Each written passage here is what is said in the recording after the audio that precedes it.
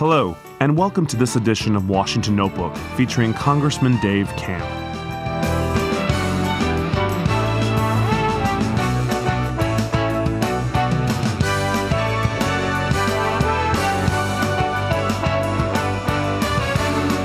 For the latest inside information from our nation's capital, Washington Notebook talks today with special guest Dave Camp.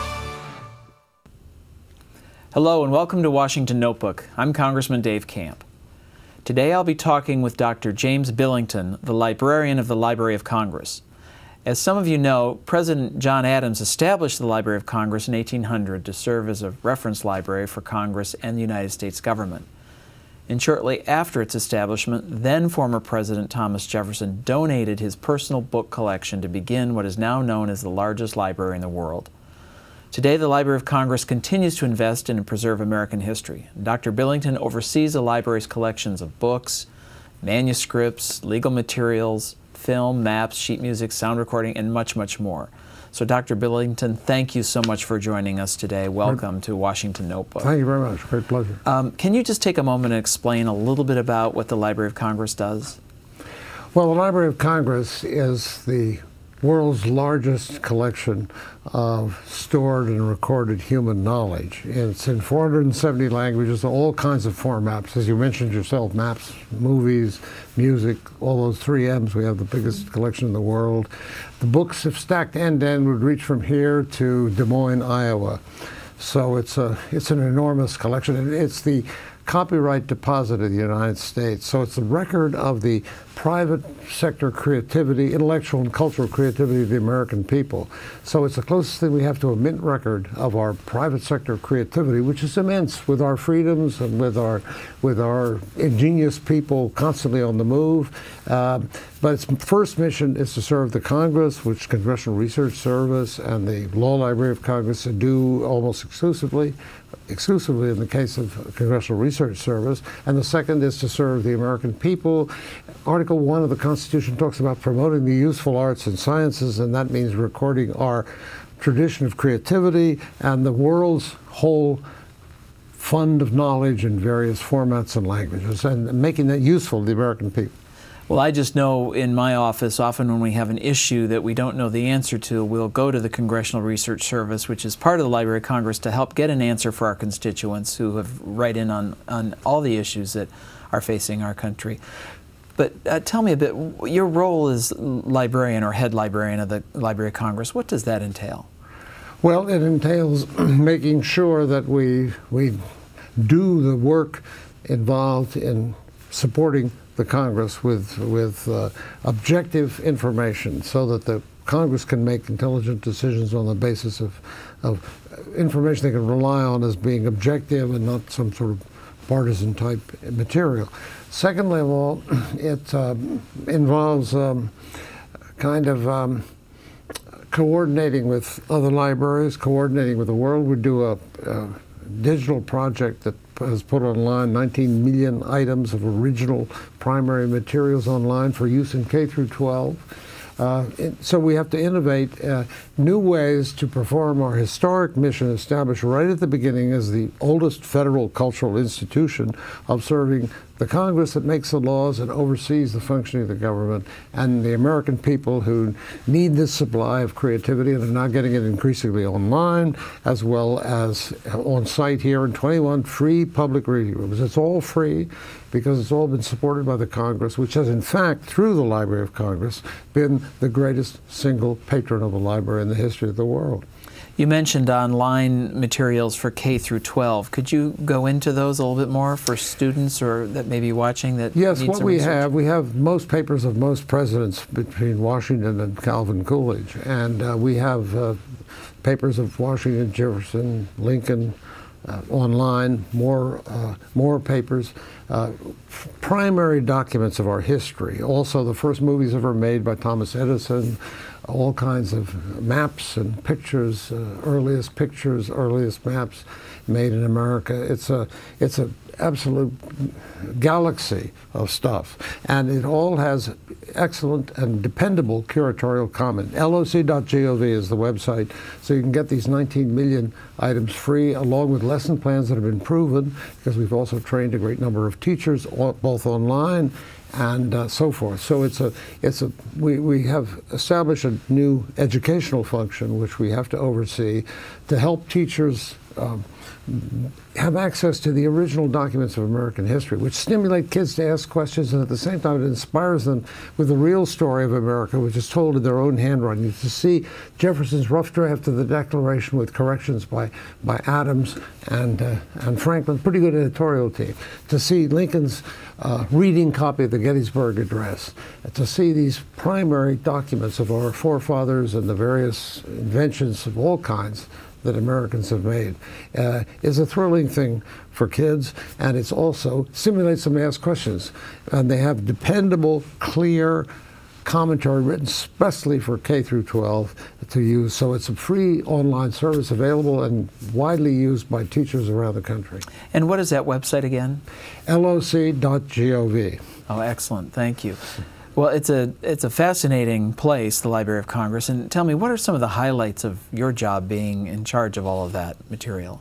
Well, I think the highlight is just continuing to discover the creativity of America and the whole human record of knowledge making and the essential American dream, that if more people have more access to more knowledge, whatever the problems of today, tomorrow can still be better than yesterday, if it's made freely available and widely available. And that's what, at the behest of the Congress and with the support of the Congress, the Library of Congress tries to do. We virtually give away cataloging information to everybody, service for the blind and physically handicapped you can get through your local libraries from the Library of Congress. That's all free.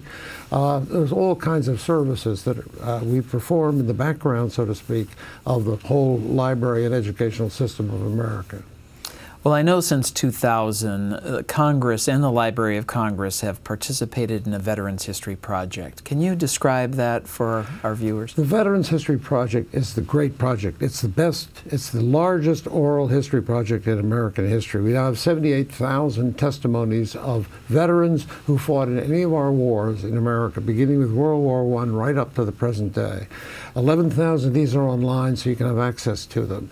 And we have a guide here which you can get from loc.gov/vets at the Library of Congress, or you can get it from 3 institutions in Traverse City and also the Mount Pleasant Veterans History Library in your district. Yes. The high school, Central High School in Traverse City, the Northwestern Michigan University, and the United Way in your district. So you can get this material, and what you do is you interview veterans, but it can also be letters, memoirs, photographs, and so forth.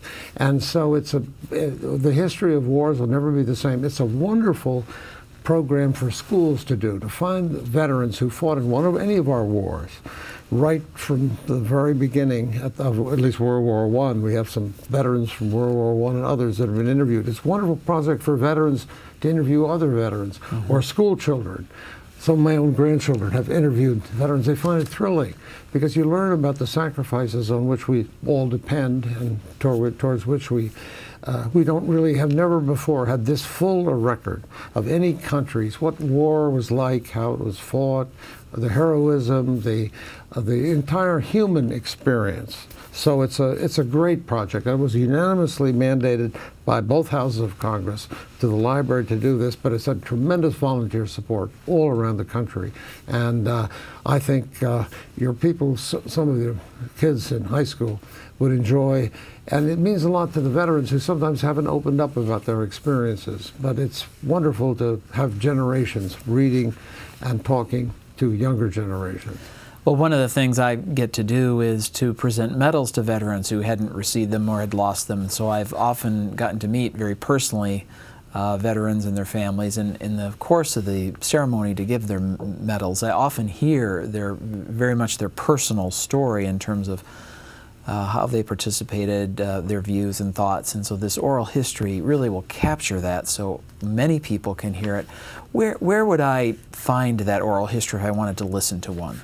Is it available to the public? Yes, it's online. 11,000 of these interviews are online, and many other pictures and very fascinating material. It's loc.gov/vets, and you can get information. And when 200 congressional offices have been very involved in this, giving us names. So if we get names, or if they want to apply to us directly or communicate with the institutions that I mentioned in your district, they can give you this little pamphlet about how you go. It's not complicated. You can just interview them with a simple tape, but they become part of the permanent record of America's experience. And so we appreciate your interaction with our veterans, and we'll be happy to try to promote interviews, as will the institutions that I've already mentioned in your district. So there are many ways veterans can participate. They can contact my office or one of you directly to the Library of Congress if they want, or through veterans organizations as well. But veterans organizations know about this, but do get in touch with it. I mean, it's a very rewarding experience for the young, and it means a lot to the veterans too. Excellent. There's also an American Memory National Digital Library. Can you tell me a little bit about that? These are the primary human documents of our history. Too often, history is taught with a lot of just a bunch of facts and figures. But it's wonderful to see, how Washington did his homework, how you could see he was going to become a surveyor, how Lincoln, who didn't have formal schooling, nevertheless learned math. I mean, you can enter into the lives of the heroes of American history. You can see the first telephone manuscripts of Alexander Graham Bell, or you can see Edison's, the first movies ever made. Just a guy making a sneeze, but it's amazing what our forefathers have done. So the papers of the Wright brothers, I mean, and photographs, wonderful photographs. So we're also doing a World Digital Library, which is in 7 languages for all the other countries of the world. So American Memory, which is the basis of our online presence and the aid we're giving to teachers. And by the way, teachers can write us directly from your district, K through 12. It's amazing. These primary documents have a way of stimulating kids when they're very young. They've seen so much on television and online, but they haven't seen the good stuff.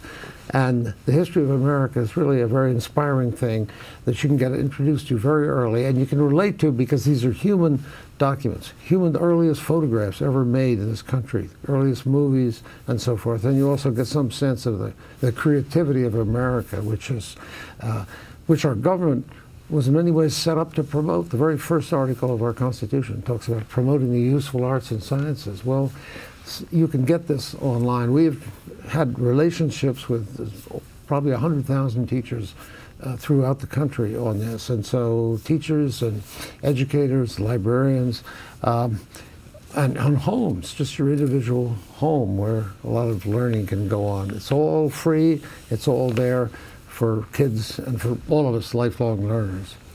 It sounds very interesting. Are there any resources available to the public interested maybe in genealogy or tracing family members? Is that something in the Library of Congress? Yeah, we have this, probably our busiest of the 21 free public reading rooms here in Washington. If you come to Washington, you can use this genealogical reading room. What we have is, there are a lot of genealogical records, but they can tell you about the other ones that exist as well as our own.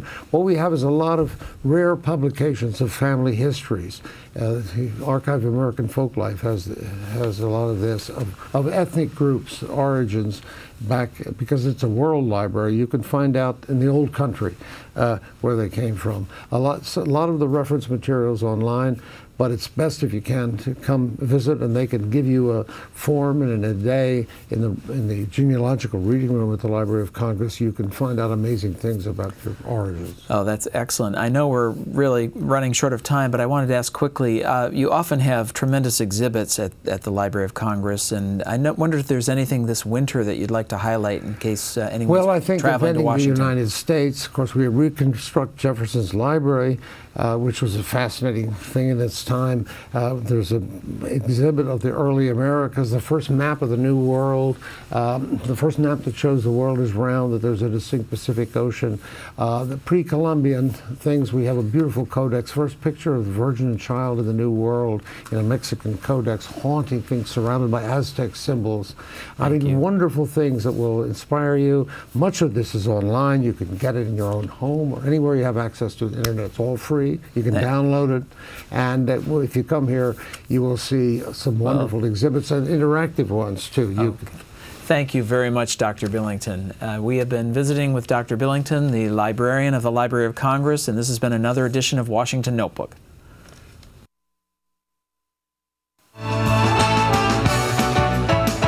To contact Congressman Camp's office, check out the addresses on your screen or call 1-800-342-2455.